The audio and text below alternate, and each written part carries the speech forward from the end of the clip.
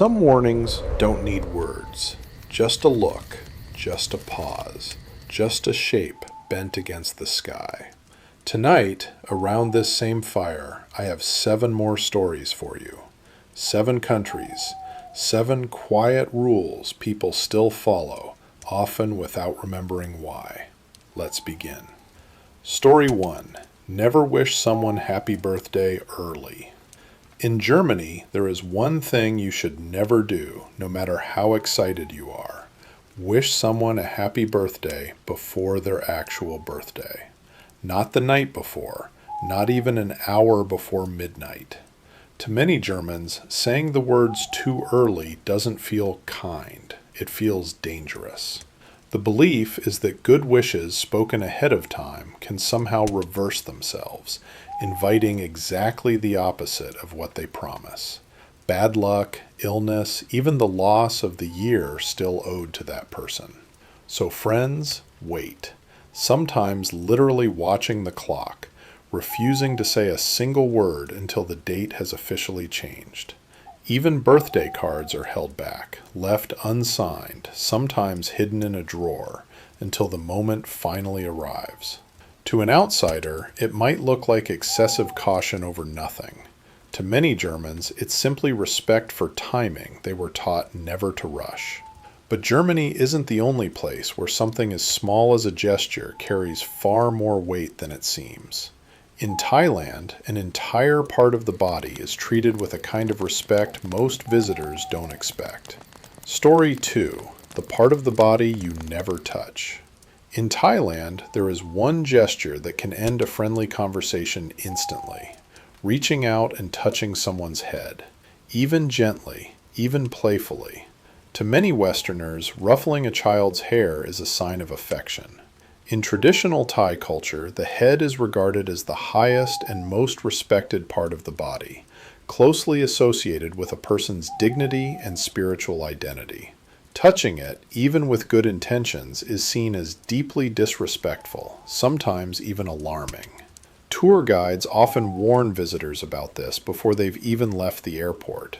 Not because Thai people expect tourists to know every custom, but because this particular one runs deep enough that even a small, careless touch can visibly shift the mood of a room.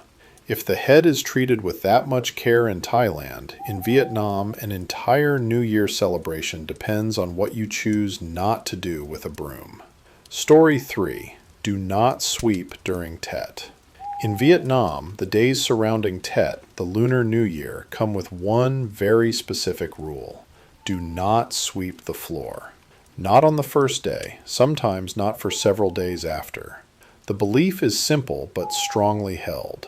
Sweeping during this time doesn't just clear away dust, it clears away luck.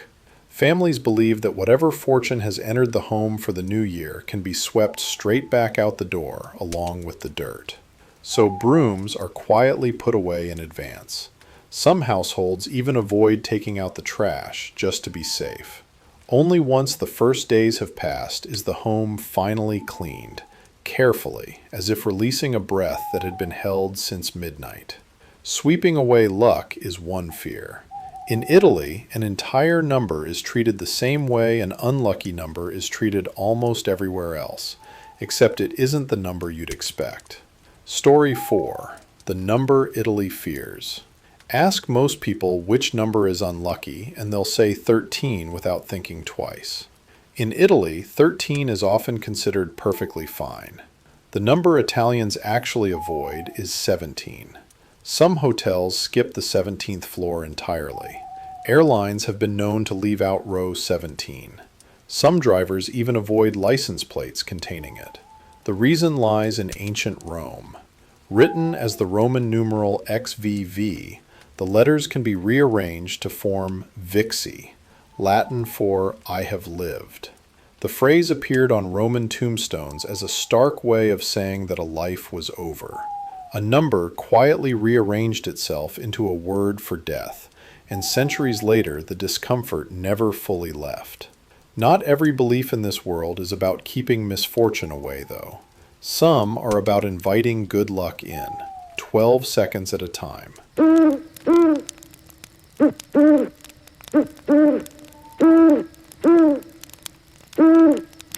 Story 5.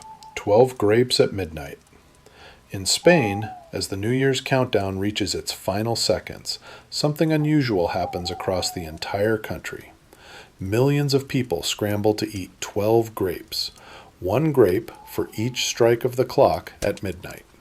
The tradition is called Las 12 Uvas de la Suerte, the 12 grapes of luck. Eat all 12 in time with the bells, the belief goes, and the coming year will bring good fortune, one grape for each month ahead. Fall behind, fumble a grape, or laugh at the wrong moment, and some say the luck for that particular month may already be lost. Families sit together, plates of grapes ready, eyes on the clock, mouths already half full before the final bell even finishes ringing. It sounds playful, and mostly it is. But ask any Spaniard if they've ever skipped it, and you'll likely hear the same answer: not once. If a countdown of seconds can shape an entire year in Spain, in Argentina, an entire day of the week has been quietly swapped out for a different kind of bad luck altogether.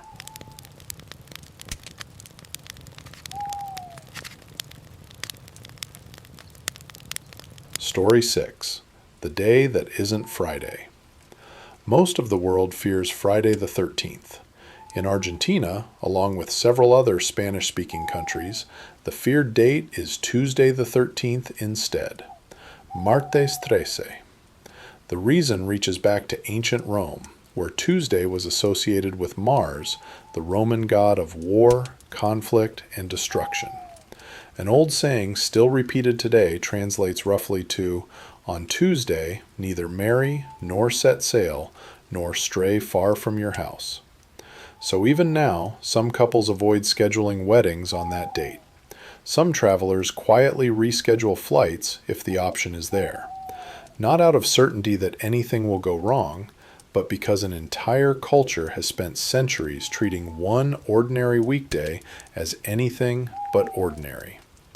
Some fears travel across oceans, passed down for centuries. Others are much younger, born from something as modern as a line strung between two poles.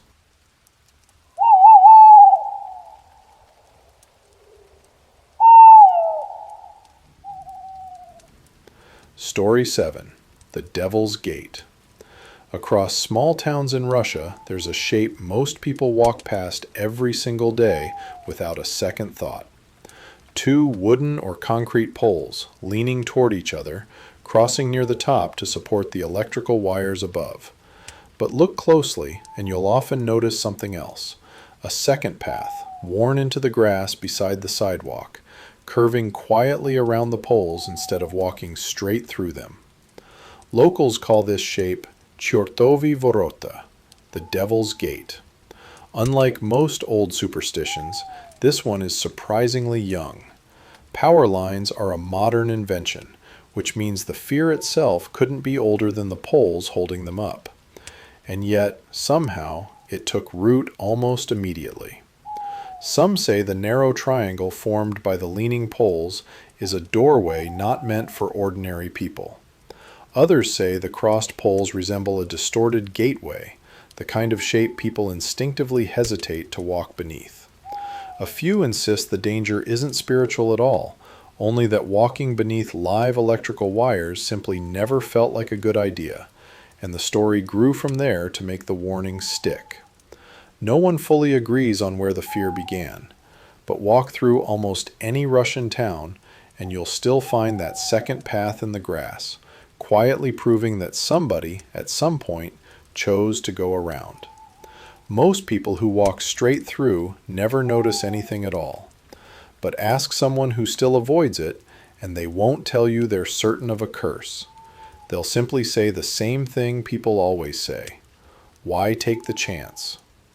So, 7 stories, 7 countries, 7 small hesitations, an unspoken birthday wish, an untouched head, a broom left in the closet, a number rearranged into a word for death, 12 grapes eaten against the clock, a Tuesday treated like a warning, A path worn quietly around two leaning poles.